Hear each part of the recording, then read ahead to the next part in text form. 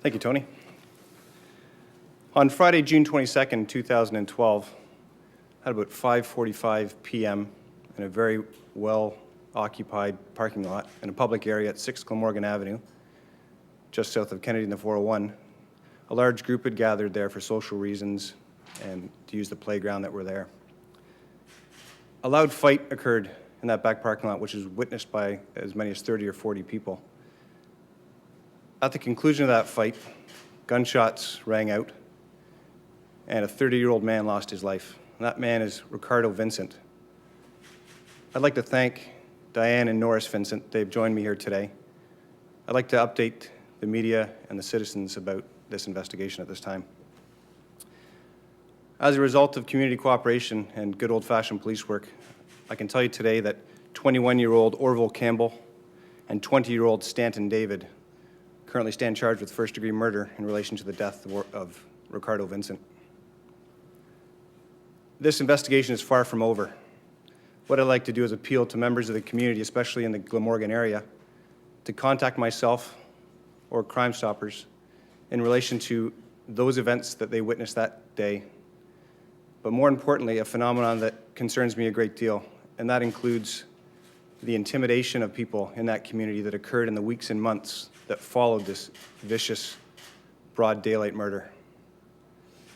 It's come to my attention that the people responsible for this murder, and perhaps associates of theirs, attended this community on a regular basis and attempted to intimidate people from cooperating with the police. And it's those people who were intimidated that I'd like to speak to now. I'd like to return some of this power back to the Glamorgan community and let them feel safer in walking in their public spaces.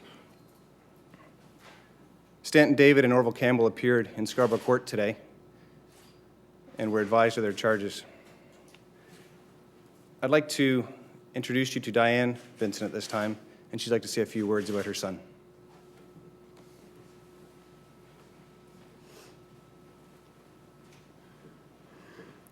Good afternoon, everybody. I'm Ricardo's mother. Some people in the community, actually a lot of people in the community, knew my son as Bashie.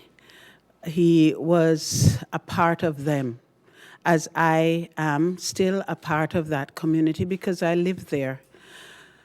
As a result of these arrests, a part of me feels a sense of peace. However,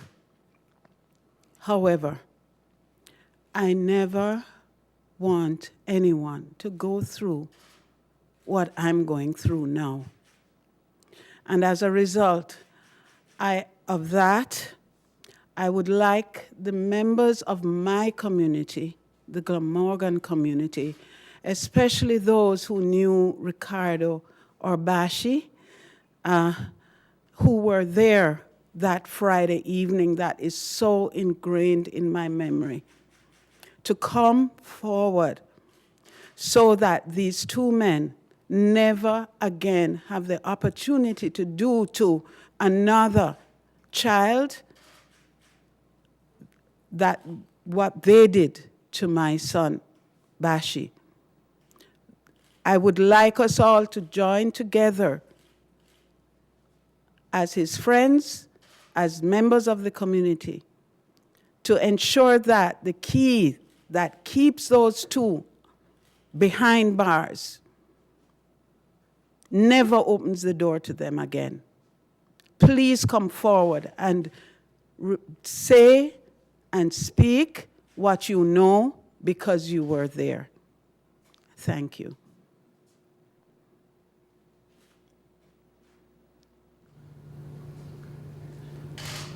This time I'd like to introduce Ricardo's father, Norris Vincent.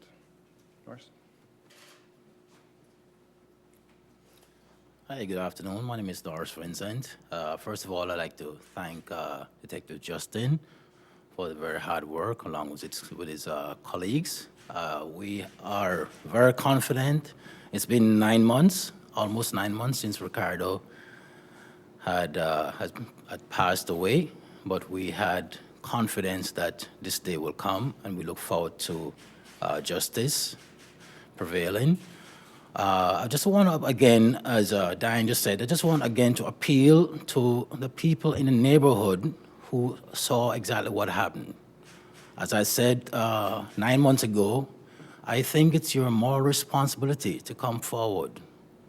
And moreover, I'd like to appeal to you for the fact that I would not like to see another parent go through what we have experienced. It's not nice. So on that basis, I'd like to appeal to all the people in the Glamorgan community, please come forward. The system works when we cooperate with the police, as we have seen. Thank you very much. Thank you, Justin. I'll take any brief questions that you might have. Ricardo, can you just spell the names of those who are accused? Sure. Orville Campbell is O-R-V-I-L-L-E, and Campbell is C-A-M-P-B-E-L-L. And he's 21. He is. And the second person? The second person's first name is Stanton, S-T-A-N-T-O-N, and his surname is David, D-A-V-I-D, and he is 20 years old. You mentioned good old-fashioned police work. Are you able to share a little bit of how these arrests were brought forward and are now being prosecuted? A standard response to a scene such as this would include a forensic examination. We seized a number of vehicles. We executed a number of search warrants in the days and weeks that followed the event. We've interviewed a great number of people. We did a canvass of the building in the immediate area and spoke with people there. We've reviewed surveillance video. We followed up leads. We've received a great deal of information from the Crime Stoppers system. There's been a lot of results from the Center of Forensic Sciences that we've been able to compile, and all that put together, plus cooperation from the community. Is there any indication as to what precipitated the shooting? There was some sort of altercation.